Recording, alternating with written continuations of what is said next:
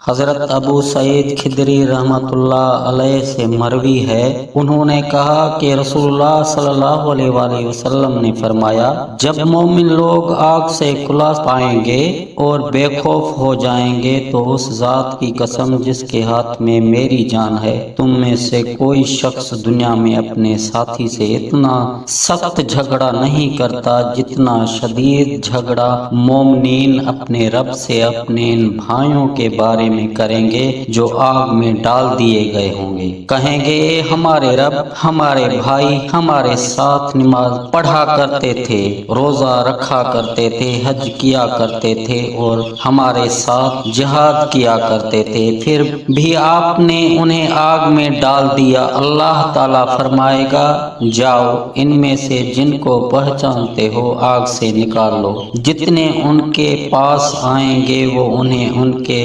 چہروں سے پہچانیں گے۔ آگ ان کے چہروں کو نہیں جلائے گی۔ ان میں ایسے بھی ہوں گے جنہیں آگ نصف پنڈلیوں تک جلائے گی، ان میں ایسے بھی ہوں گے جنہیں نخنوں تک جلائے گی۔ جتنے ان میں سے بے شمار لوگوں کو نکال لیں گے، وہ کہیں گے، اے ہمارے رب، جن کے بارے میں تو نے ہمیں حکم دیا ہم نے انہیں نکال لیا۔ پھر وہ دوبارہ آئیں گے اور بات چیت کریں گے۔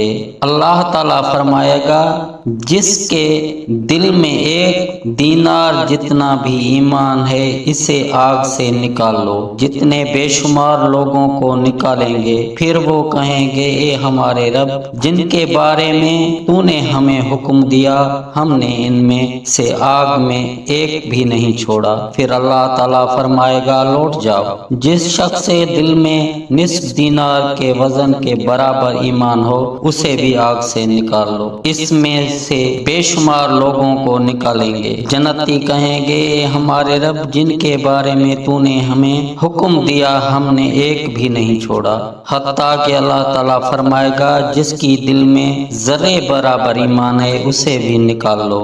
جنتی بے شمار لوگوں کو نکال لیں گے۔ ابو سعید نے کہا، جو شخص اس حدیث کی تصدیق نہ کرے وہ آیت پڑھ لے۔ النساء ترجمہ۔ یقیناً اللہ تعالیٰ ذرا برابر بھی ظلم نہیں کرتا، اور اگر نیکی ہو تو اسے کئی گنا بڑھا دے گا اور اپنے پاس سے اجر عظیم عنایت کرتا ہے۔ جتنے لوگ کہیں گے، اے ہمارے رب، جن کے بارے میں تو نے ہمیں حکم دیا ہم نے ان سب کو نکال لیا، اب آگ میں کوئی بھی شخص ایسا نہیں جس میں کوئی بھلائی ہو۔ پھر اللہ تعالیٰ فرمائے گا، فرشتوں نے سفارش کی، انبیاء نے سفارش کی، مومنین نے سفارش کی، اب ارحم الراحمین باقی رہ گیا۔ اللہ آگ میں سے ایک مٹھی یا دو مٹھی ایسے لوگوں کی بھر کے نکالے گا جنہوں نے کبھی کوئی نیکی نہیں کی ہوگی، جو جل کر کوئلہ ہو چکے ہوں گے۔ انہیں اس پانی تک لایا جائے گا جسے آب حیات کہا جاتا ہے۔ ان پر پانی ڈالا جائے گا، وہ اس طرح اگ آئیں گے جس طرح دانہ سیلاب کے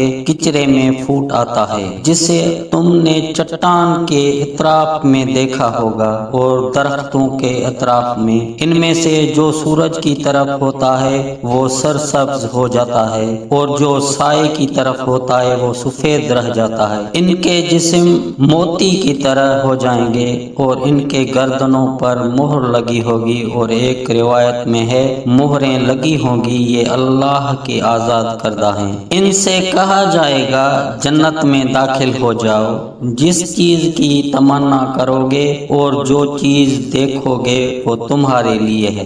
اہل جنت کہیں گے، یہ رحمان کے آزاد کردہ ہیں، اس نے کسی عمل اور نیکی کے بغیر انہیں جنت میں داخل کیا ہے۔ وہ کہیں گے، اے ہمارے رب، تو نے ہمیں وہ دے دیا جو دنیا والوں میں سے کسی کو نہیں دیا۔ اللہ تعالیٰ فرمائے گا، میرے پاس تمہارے لیے اس سے بھی عمدہ چیز ہے۔ وہ کہیں گے، اے ہمارے رب، اس سے عمدہ کیا چیز ہو سکتی ہے؟ اللہ تعالیٰ فرمائے گا، میں تم سے راضی ہو گیا، اب میں کہیں بھی تم سے ناراض نہیں ہوں گا۔